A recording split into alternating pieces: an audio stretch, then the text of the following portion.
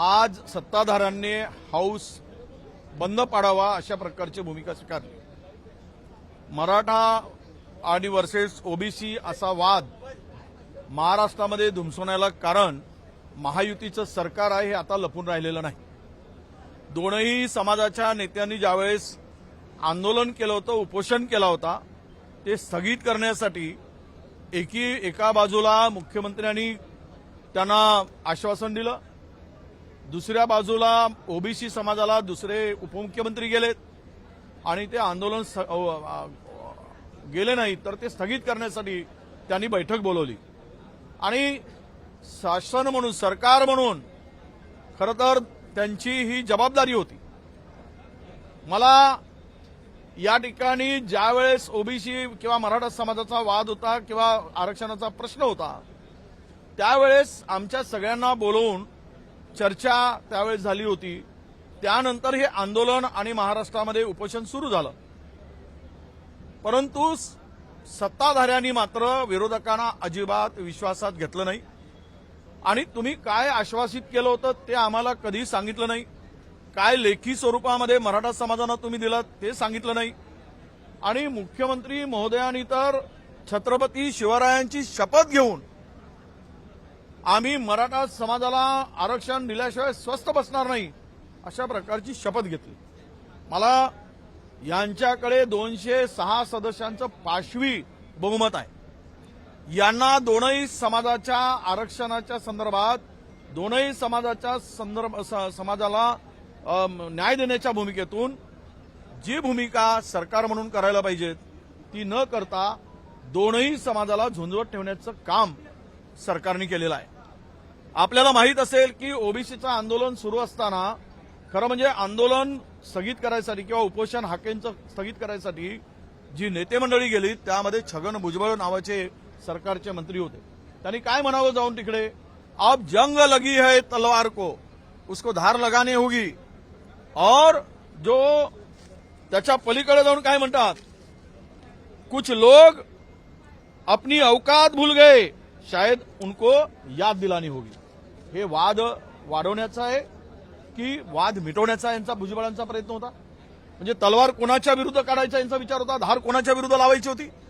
म्हणजे Maratha versus OBC वाद निर्माण करायचा, उपमुख्यमंत्र्यांनी एक बाजू सांभाळायची, दुसरी बाजू मुख्यमंत्र्यांनी सांभाळायची आणि या दोन्ही समाजामध्ये जे आज काही परिस्थिती निर्माण झाली त्या परिस्थितीवर सरकार म्हणून तोडगा काढण्याची अपेक्षा होती।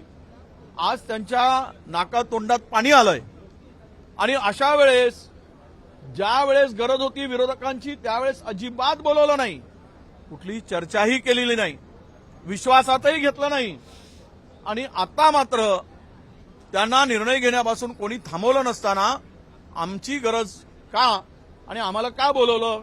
आम्ही असंच म्हणालो की सभागृह सुरू आहे, तुम्ही जे काही आश्वासन दिलं असणार, तुम्ही उपोषण स्थगित करण्यासाठी जे काही लिखित दिलं असणार ते या सार्वभौम हाऊस पुढे फ्लोअरवर मांडा, सभागृहात मांडा आणि महाराष्ट्रातील जनतेला कळू द्या की तुम्ही काय भूमिका मांडली।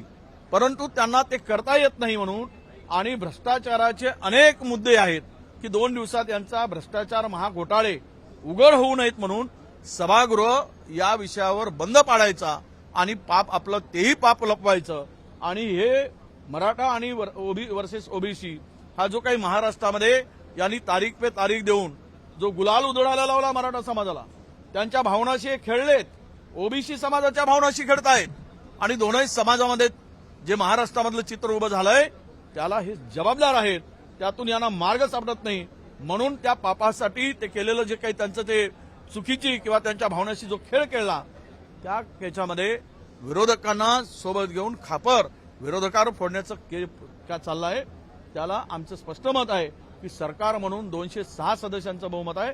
तुम्हाला जर हे प्रश्न मार्गी लावता येत नसेल, हा आरक्षणाचा दोन्ही समाजाला समाधान होईल असा निर्णय घेता येत नसेल तर या सरकारने सत्तेतून बाहेर पडावं, सत्ता राजीनामा द्यावा, तो विषय कसा सोडवायचा ते आम्ही ठरवू, आम्ही नक्की त्या विषयावर मार्ग काढू आणि यांच्यामध्ये जर ती धमक नसेल तर सत्तेतून बाहेर पडायची धमक दाखवावी आणि आम्ही हे सोडवू शकत नाही हे सांगावं, परंतु आमच्याकडे बोट दाखवून स्वतःचं जे काही अपयश आहे ते अपयश लपवण्याचा केविलवाना प्रयत्न यांनी करू नये.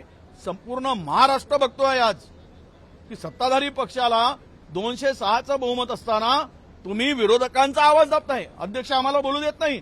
सत्ताधाऱ्यांचे 3-3, 4-4 आमदार बोलतात, 2-2 वेळा बोलतात.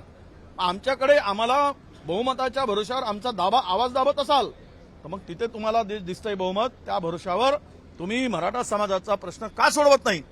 ओबीसी प्रश्न, ओबीसीच्या काही ज्या मागण्या असतील त्या का पूर्ण करत नाही? हे आम्हाला का जबाबदार धरतात? खुर्ची यांनी उभवायची, जबाबदार आम्हाला धरायचं. सत्ता यांच्या हातात, 200च्या पलीकडे आमदार, आणि आम्हाला म्हणतात की ह्यांनी यांच्यामुळे ते होत नाही. तुमच्या काही हाताला लकवा मारलाय, तुमची पेन चालत नाही, तुम्हाला निर्णय घेण्याचा अधिकार नाही. पण हे घेऊ शकत नाही कारण यांच्यामध्ये ती करायची मानसिकता नाही. म्हणून यांनी राजीनामा द्यावा अशी मागणी आम्ही करतो.